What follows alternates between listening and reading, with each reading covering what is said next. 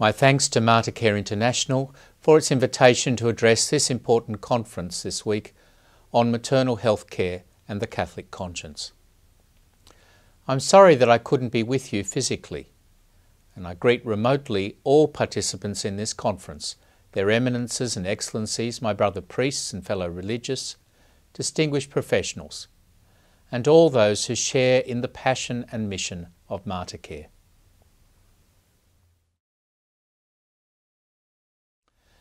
Abby Johnson is a young American pro-life activist. Formerly, she worked for Planned Parenthood, an organisation that carries out abortions. She worked there for 8 years, receiving promotions until she became a clinic director. However, her conscience became troubled at the activities of her employer. She recalls an awakening when she read an article in a popular magazine about a child who'd been born very prematurely at 20 weeks gestation and gone on to live a perfectly healthy, happy life. Prior to reading the article, Johnson had thought that 24 weeks gestation, the commonly assumed stage at which an infant is viable outside the womb, which neatly lines up with the end of the second trimester of pregnancy, was a reasonable cut-off point. Before that, it's not a child, and it's all right to terminate it. After that, it's a child, and deserving of respect. Now she realised how arbitrary that was. The story had changed her mind. She announced to her employer that she couldn't work at an institution which conducted abortions over 20 weeks. But if anything, her employer wanted to increase the age up to which abortions would be routinely performed, up to, say, 25 weeks gestation. She says this was the first crack that let the light in and caused a crisis of conscience for her. But she stayed. Then, due to a staffing shortfall, Abby was asked to assist with a late abortion guided by ultrasound. On that occasion, she witnessed the horror of an unborn baby trying to get away from the vacuum aspiration machine being poked in its direction, and which would ultimately destroy its life. This was the crunch point. She decided to leave Planned Parenthood and has since become an advocate for the unborn. She has also started a ministry to help troubled abortion clinic workers leave those jobs and find some peace. Abby's story reflects the importance of conscience in the actions of individuals working with mothers and children. With grace, people can form and inform their consciences, apply them to their circumstances, and respond appropriately to a well-formed and informed conscience, so that they act well. This will include acting for the benefit of vulnerable people such as pregnant women and their unborn babies. Unfortunately, the formation and information, application and following through of the demands of conscience can also be compromised by passion, personal self-interest, or a corrupt culture. With respect to the standards appropriate to maternal health care, conscience is often being undermined rather than educated and supported by major legal, academic, cultural and communications institutions. Late last year, for example, the UK Supreme Court construed the conscientious objection section of the Abortion Act 1967 very narrowly. While the section allows individuals to refuse to participate in any treatment which the Act authorises, doctors, nurses and midwives were finding themselves increasingly pressured either to take part directly in abortions or to prep for them, supervise them, refer for them, or in some other way enable them. The court held that while they could not be required to actually perform or provide hands-on assistance in performing abortions, health professionals might reasonably be required to delegate, supervise and/or support staff participating in abortion, or be required to provide care to patients throughout the termination process. Whatever their conscientious beliefs, a professional might, for instance, be required to make calls to or take calls from another unit in the hospital or at another clinic in order to arrange medical terminations of pregnancy. The court also suggested that conscience clauses usually explicitly, or at least implicitly, require that where a person has a conscientious reason to refuse to perform a legally and medically indicated service, he or she is nonetheless obliged to refer that case to other practitioners who will perform the service. In 2010, the Parliamentary Assembly of the Council of Europe restated the right to conscientious objection in medical care, already clear in many member states' legislation. Resolution 1763 provided that no person, hospital or institution can be coerced, held liable or discriminated against in any manner because of a refusal to perform, accommodate, assist or submit to an abortion, the performance of a human miscarriage, or euthanasia, or any act that could cause the death of a human fetus or embryo for any reason. However, the same resolution included two increasingly customary exceptions to conscience protection in abortion. That is, the health professional with a conscientious objection to abortion must personally participate in cases of emergency, and that he or she must otherwise refer to someone who is willing to provide the service. This has become law in places such as the state of Victoria in Australia, and the Royal Australian and New Zealand College of Obstetricians and Gynecologists, like its counterparts in the United States, Canada, the UK and elsewhere, have acquiesced in the erosion of their members' professional autonomy, implying that physicians should park their ethics outside their surgeries. Some believe that the willingness of governments, courts and professional bodies to stand by conscience protections found in international, national and state laws and in healthcare codes of ethics has rendered them effectively null. How are Catholics and other people of goodwill committed to the health of mother and child to respond to these threats to conscience? The primary level at which this must be addressed is at the level of the individual healthcare practitioner. Maternal health professionals, simply by virtue of being human, possess a conscience and the capacity and responsibility to act on it. I've written at length in other places about the nature, limits and scope of conscience and conscientious objection, and need not rehearse all that here. Suffice it to note that the Second Vatican Council, the Golden Jubilee of which we're celebrating at this time, echoes and builds on a long tradition before it in referring to the law that God wrote on the hearts of each person that summons them to do good and avoid evil. The Council taught that all are bound to seek, embrace and live the truth faithfully. Conscience is experienced by human beings as an inner sanctuary or tribunal, rather than something external to them. Yet it mediates a universal and objective moral law that is given rather than invented.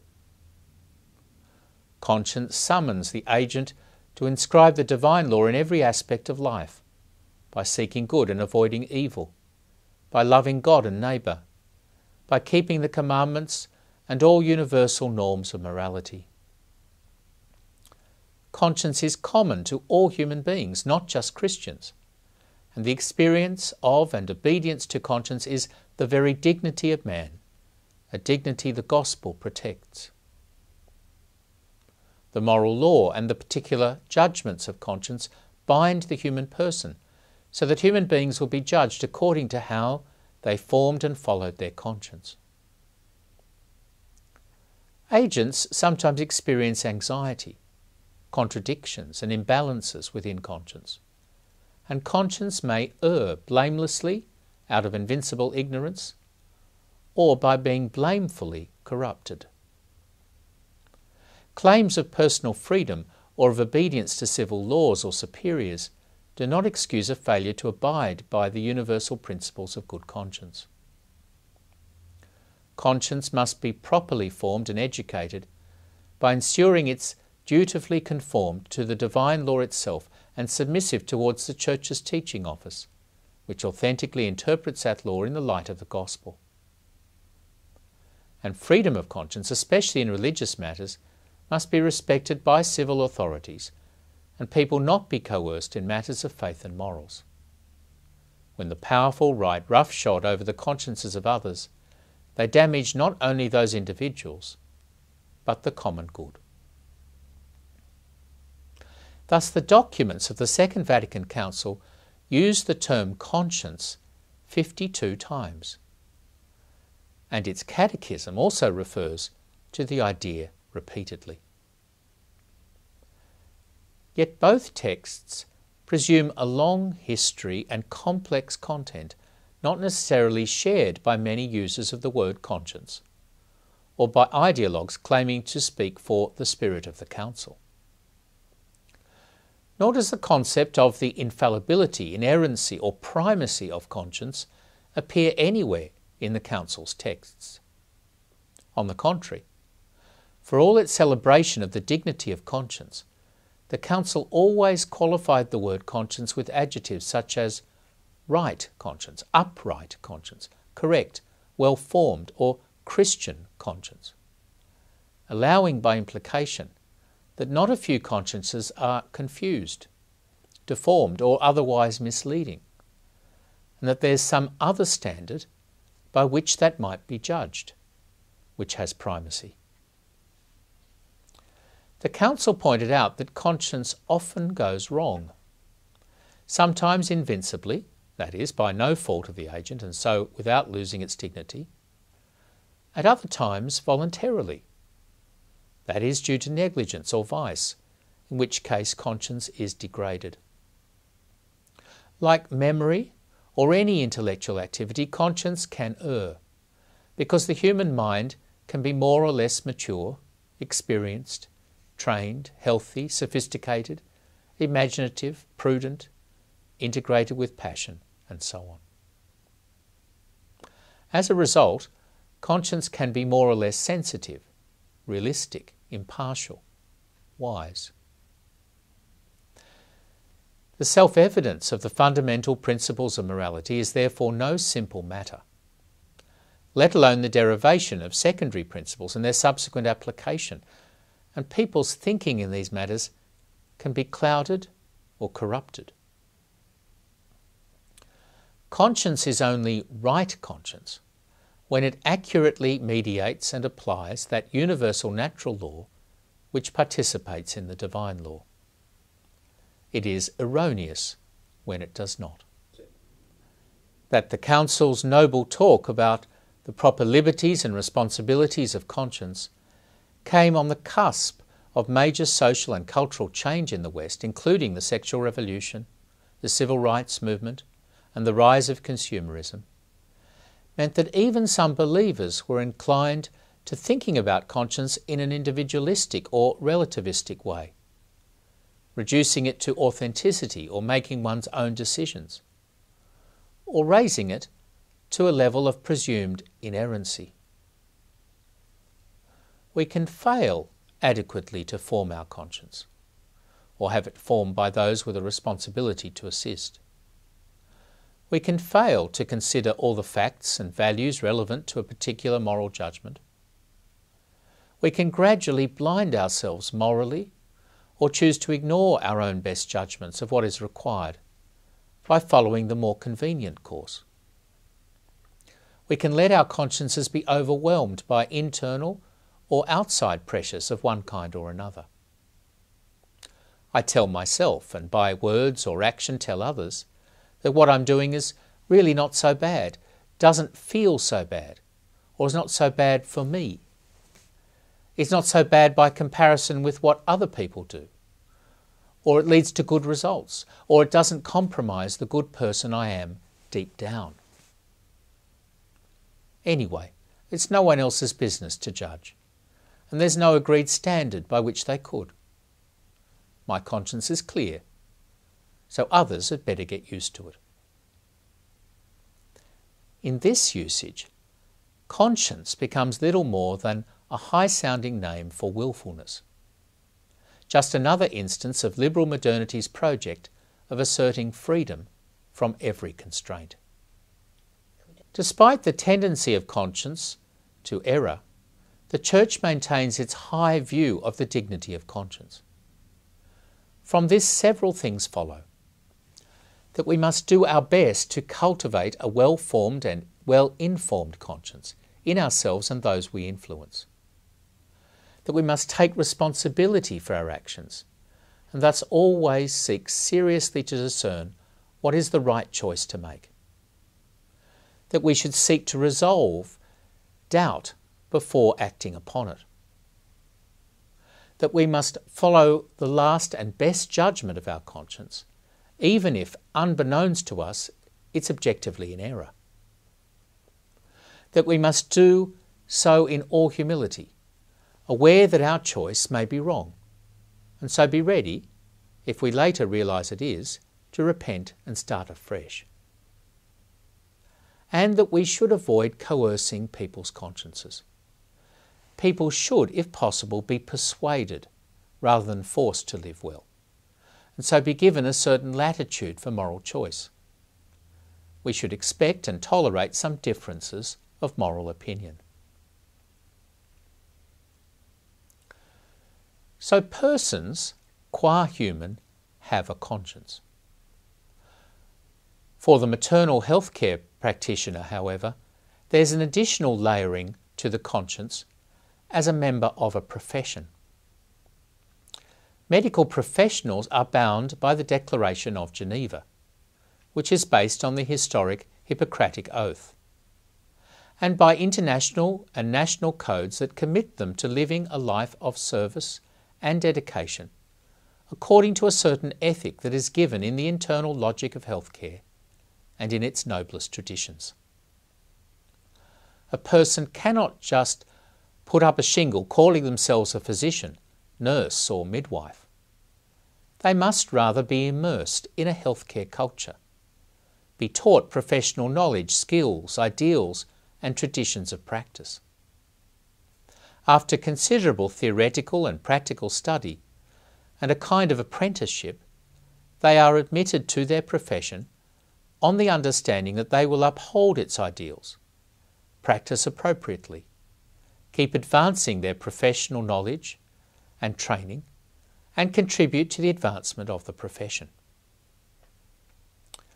It's only with this background that vulnerable patients entrust themselves or are entrusted by others into the care of health professionals.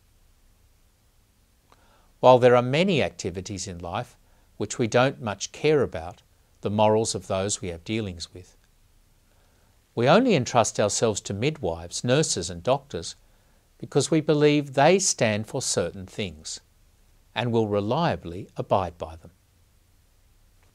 While there are many activities in life where we don't much care about the morals of those we have dealings with, we only entrust ourselves to midwives, nurses and doctors because we believe they stand for certain things and will reliably abide by them. While you are under general anaesthetic and the scalpel, you don't want your healthcare team to discuss whether or not they think you are worthy of their best efforts. You want that to be presumed all round.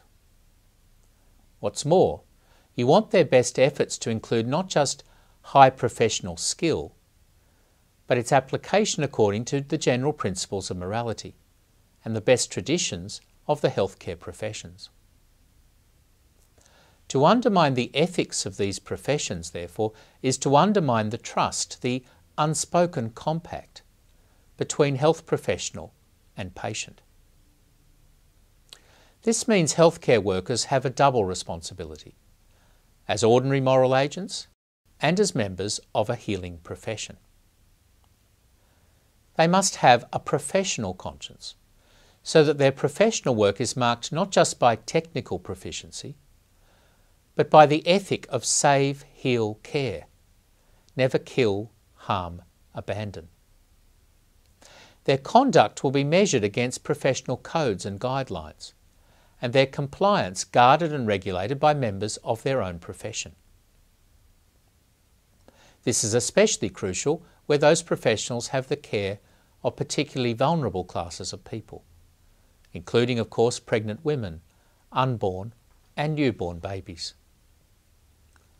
And it goes to the heart of what it is to be formed as a professional. Of course, just as individual conscience may be corrupted in one way or another, so may that of a whole profession. It was obvious to Hippocrates and the long tradition of healthcare that followed after him that a physician should never give a woman an abortifacient or give someone seeking euthanasia a poison. Obvious enough, because such things are contrary to the ethic of save, heal, care. Never kill, harm, abandon. Yet there were enough people in the ancient world, and ever since, inclined to breach those norms, that he and his followers decided to include the matter in his famous Hippocratic Oath. But the profession could not always, and cannot always today, be relied upon to be a clear moral guide. Increasingly, in modernity, healthcare has been hostage to ideologies and interests that willingly compromise its internal logic and noblest traditions, as well as common morality. Like personal conscience, so professional conscience must be formed according to and regularly interrogated by universal or natural norms of morality if it's to be reliable. Sadly, conflict between reigning professional standards and sound ethics is increasingly experienced by healthcare professionals, especially in areas such as maternal health care. Parallel to the idea of individual and professional conscience is that of institutional conscience, where people, for example, in a hospital, apply themselves to joint decisions, projects or activities, perhaps over an extended period, with a particular sense of mission. Church institutions, for instance, might from time to time seek to rely on religious credentials of their institution, so as to be excused from some duty imposed upon other citizens or institutions by the state or the profession. In a post-Christian world, such retreat to appeals of institutional conscience may be increasingly commonplace. As with professions, so with members of such mission-minded institutions, the collective conscience can assist not just in setting directions for the group, but in the formation of individuals in wisdom and character. Sadly, institutions can also adopt bad projects or wrongful means to their ends, and corrupt the members of that institution by subtle pressure to get along and not make waves, or by more direct coercion.